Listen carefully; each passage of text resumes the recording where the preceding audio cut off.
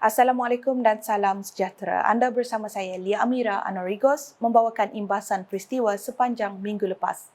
Rangkuman minggu ini dimulakan dengan Suruhanjaya Pilihan Raya Malaysia SPR menetapkan 4 November depan sebagai hari mengundi bagi pilihan raya kecil PRK Dewan Undangan Negeri Dun Jepak.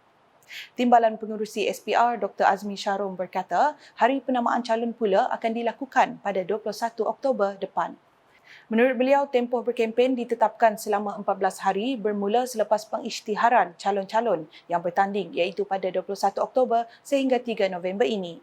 Beliau berkata demikian dalam sidang media selepas satu mesyuarat khas di Putrajaya baru-baru ini.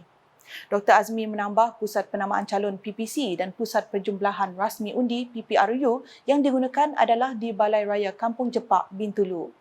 PRK Dun Jepak perlu diadakan bagi mengisi kekosongan luar jangka susulan penyandangnya Datuk Talib Zulkifli meninggal dunia pada 15 September lepas. Imbasan seterusnya, peruntukan sebanyak 1 bilion ringgit diperlukan bagi pembangunan infrastruktur pengairan dan saliran kawasan jelapang padi di kawasan Sri Aman. Premier Sarawak Datuk Petinggi Tan Sri Dr. Abang Abdul Rahman Zohari Tun Datuk Abang Openg berkata, lokasi yang dikenal pasti bagi penanaman padi secara besar-besaran itu ialah di kawasan Lingga Banting di Sri Aman. Menurut beliau, inisiatif itu sekaligus menjamin kelestarian industri padi dan beras di Sarawak. Beliau berkata demikian ketika ditemui media selepas menyempurnakan Majlis Perasmian Sarawak Agrofest 2023 di Kuching baru-baru ini. Datuk Petinggi Tan Sri Abang Zohari menambah satu lagi tapak penanaman dikenal pasti adalah di Lubuk Punggor Gedong untuk menanam padi jenis baka baharu.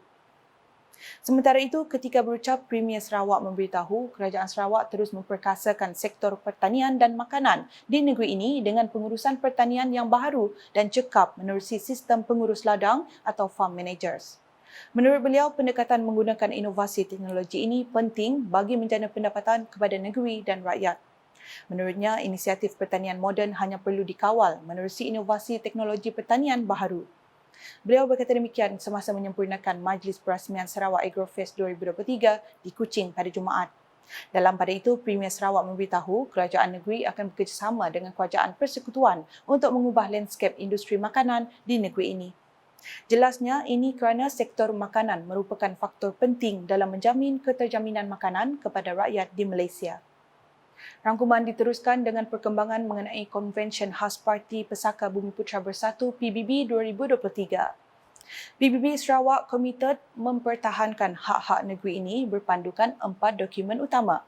Premier Sarawak merangkap Yang di-Pertua Parti PBB Sarawak, Datuk Petinggi Tan Sri Dr. Abang Abdul Rahman Zohari Tun Datuk Abang Openg berkata, dokumen tersebut adalah Perlembagaan Malaysia, Perlembagaan Sarawak, Perjanjian Malaysia dan Suruhanjaya Kobol. Menurut beliau, pemahaman yang kukuh terhadap hak-hak yang termaktub dalam perlembagaan dan dokumen-dokumen sejarah itu adalah penting supaya ia tidak hanya diakui, malah dijaga dan dilindungi dengan teliti. Dalam ucapan sama, Datuk Petinggi Tan Sri Abang Zohari menyatakan bahawa konvensyen berkenaan diadakan bagi meraihkan kejayaan Sarawak yang telah memainkan peranan selama 60 tahun dalam penubuhan Malaysia. Dalam amanat sama, Premier Sarawak menegaskan kerajaan negeri menuntut untuk disenaraikan sebagai ahli Majlis Tenaga Negara dalam usaha menetapkan hala tuju dan dasar strategik peralihan tenaga.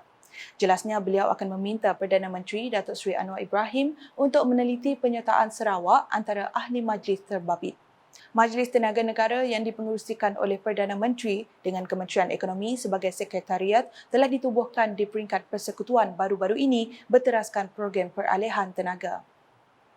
Saya Lia Amira, teruskan kesetiaan bersama kami.